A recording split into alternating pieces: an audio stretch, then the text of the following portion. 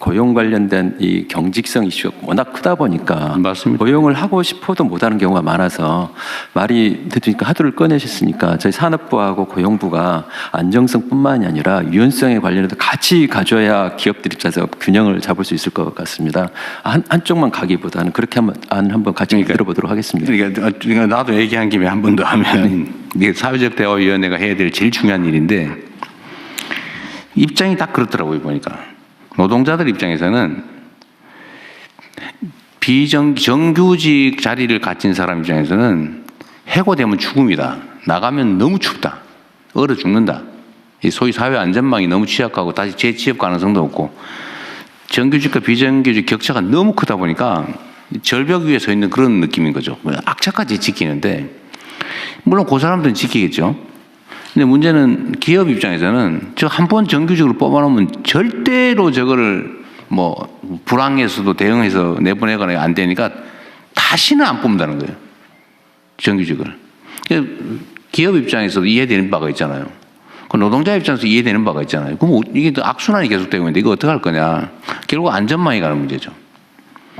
그래서 제가 계속 정규직이나 비정규직이나 보수가 오히려 비정규직이 더 많아야 된다. 다른 나라처럼. 그래야 그만두더라도 불안하지 않게. 그리고 뭐 실업을 하거나 이럴 경우 사회 안전망이 튼튼하다. 내가 해고되거나 아니면 직장을 고용 유연성 때문에 불안기에 그만두더라도 내가 살 길은 있다. 라고 믿어지는 거는 결국 안전망 확충이잖아요. 안전망 확충에 돈이 들잖아요. 그럼 결국 기업들이 부담해야 된단 말이에요. 그러니까 이거를 크게 보고 유연성도 양보하고 기업 입장에서 부담도 좀 늘리고 유연성을 확보하면 기업의 효율이 높아질 테니까 그럼 수입이 더 생기면 그중에 일부를 내놔야죠. 이게 크게 보고 이 대화를 해서 타협을 해야 되는데 문제는 신뢰가 없어. 아까 얘기한 대로 못 믿는 거죠. 혹시 뒤통수 치지 않을까, 배반다 하지 않을까, 이용만 해먹지 않을까. 우리 사회 대화가 부족해서 그러죠. 적대감이 너무 강해서 그냥 서로 의심하고. 그러니까 이거를 언젠가는 해결을 해야 되고 최대한 빨리 해야 되는데 그 부분도 산업부하고 사실 바로 당사자이기도 하죠. 관할 관청. 저하고 그 고용노동부 장관은 굉장히 특별한 신뢰관계가 있습니다.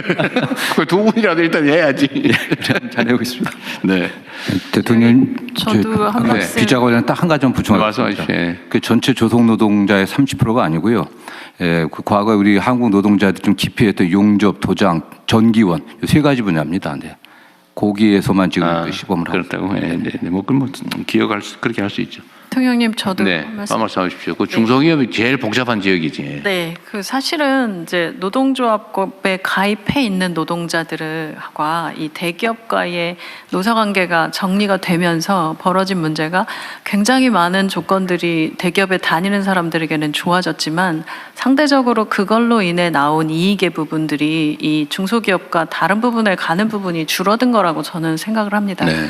그래서 이 부분이 지금까지의 노사정 관련된 부분에서도 되게 많은 부분 대기업 노조와 그 대기업들 간의 이 타결 그리고 그 사이에 중소기업들 관련자들이나 소상공인 관련된 부분들은 참여자의 숫자도 굉장히 적고 이러다 보니까 전체적으로 최저임금을 결정하거나 여러 가지 단계에서 대기업과 대기업 노조 간의 결정들이 오히려 영향은 중소기업과 소상공인들에게 다 미치는데 여기에 대한 입장을 낼 수 있는 자리도 내용도 이 숫자도 없다라는 부분들이 저는 지금의 문제를 그렇죠. 되게 많이 가져왔다 생각합니다. 그래서 그런 부분에서 이제 어떻게 이 유연화 관련된 얘기가 나올 때 이들의 참여도 좀 더 확대시킬 거냐라고 하는 부분도 저는 좀 같이 열어서 생각해야 된다고 봅니다.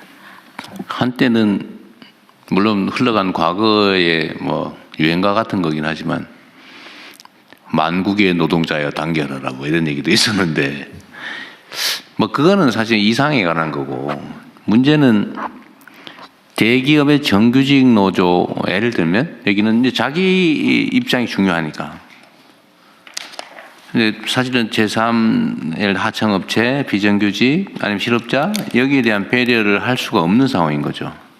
그래서 사실 노조의 조직 형태도 여기에 영향을 미치는 것 같아요.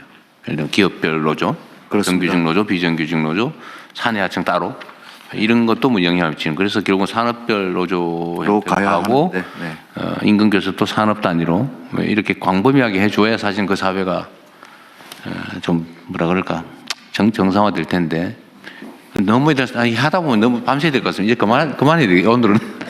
어쨌든 신뢰를 회복해서 아까 산업부 장관님하고도 머리를 맞대고 해서 제일 중요한 거는 제가 제 느낌으로는 신뢰입니다. 기업은 기업대로 과거에 불황을 겪었던 어려움이 있는 거고 노조는 노조대로 공장 밖으로 쫓겨났다 보니까 네. 그걸 또 안 쫓겨내려고 하는 그런 것들이 있는데 새 정부 들어서 최소한 이런 신뢰를 회복하고 또 우리 중기부 장관님 말씀하신 제가 어제 타운홀 미팅할 때 첫 번째로 모셨던 분이 지역 상인들이었습니다.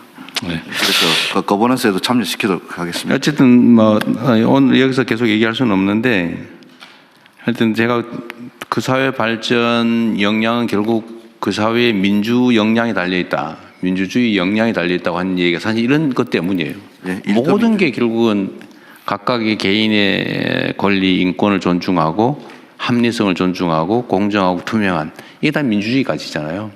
근데 이게 제대로 좀 작동하는 그런 나라를 만드는 게 우리한테 제일 중요한 과제인 것 같습니다. 이게 각계의 의제들은 나눠져 있지만 그래서 이거는 끊임없이 또 각 부처에서도 내부적 논의도 좀 하시고 지금 노사 경사노위 그것도 구성이 됐으니까 그 대화도 좀 잘 하시고 그렇게 하십시오.